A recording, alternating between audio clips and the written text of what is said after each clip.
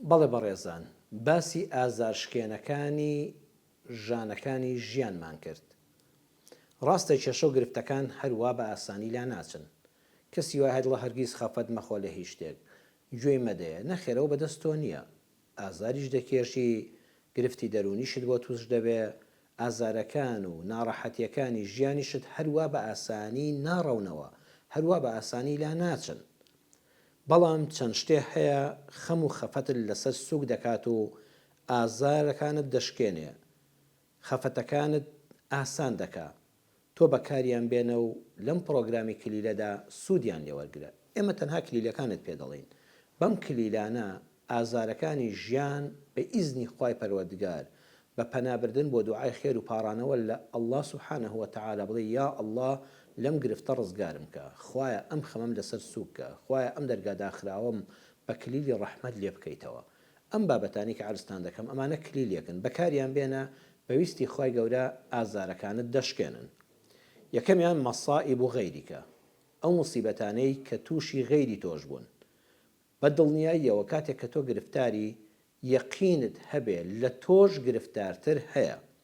بۆ نمونە تۆ کێشەی خێزانیت هەیە، بەڕێزت کێشەی خێزانیت هەیە کە ناڕەحەتترین کێشە لە ژیاندا بریتیە لە ئازار و ناڕەحەتی ناو خێزانەکەی خۆت.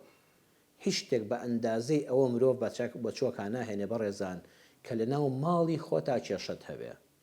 بۆیە دوعای ئیمانداران ئەم دوعایە ربنا هب لنا من أزواجنا وذرياتنا قرة أعين وجعلنا للمتقين إماما. ئەم دوعایە لەبەرکەن ئەمە ئاەتی قورئان لە سوورەتی ئەلفورقاندا خوای پەروەردگار فێرمان دەکا بڵێن ربنا ئەی پەروەردگارمان، کاکە گە کێشەی خێزانیت هەبوو پەنا بۆ فاڵچی مەبە، پەنا بۆ ساحیر مەبە، پەنا بۆ نوشتە منووز مەبە، پەنا بۆ ئەم شتانەی کە دین و ئیمانت لە کەدا دەکەن کە بەڕاستی نیشانەی پرسیار دەخاتە سەر ژیری و ڕۆشنبیری و سەقافەتت کە تخوا حیفە تۆ لە سەدەی 21 بچی بۆ لای ساحیر بۆی کێشەی ژن و مێردایەتیت بۆ حەلکە.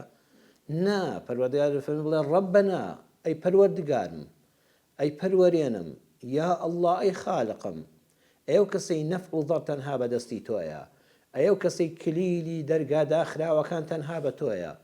یا ڕەبی خوا من بەس داوا لە تۆ دەکەم، تەنها هانام بۆ تۆ دێنم.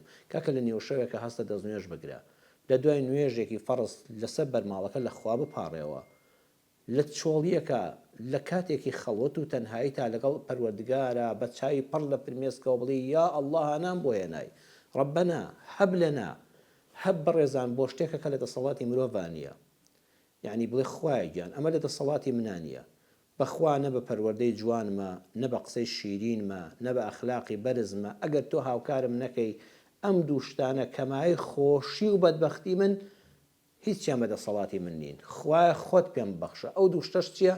پێم ببەخشە من ئەزواجینا، لە هاوسەری باش، وەذوڕیاتینا، لە نەوە و منداڵی باش، قڕەتە ئەعیونین، خوایە سۆمای چاوانم بن، نور و ڕۆشنایی چاوەکانم بن. ئەزانن قڕەت و عەین یعنی چی؟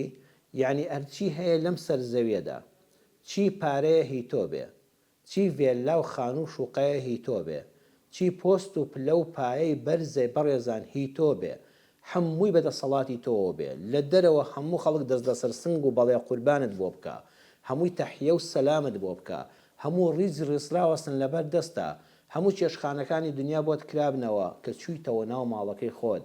هاوسەری ژیانت هەم بۆ پیا و هەم بۆ ژن و نەوە و منداڵەکانت ناساڵح بوون، بڕواتان هەبێ ژیان بە تاریکی دەبینی. هیچ شتێک لەوانەی دەرەوە، هیچ گوڵ و گوڵزار و پارک و حەدیقە و بەهارستان و گوڵستانێک ناتوانێت چاوت ڕۆشن کات. دایمە بەر چاوت تاریکە، دایمە دڵت تاریکە.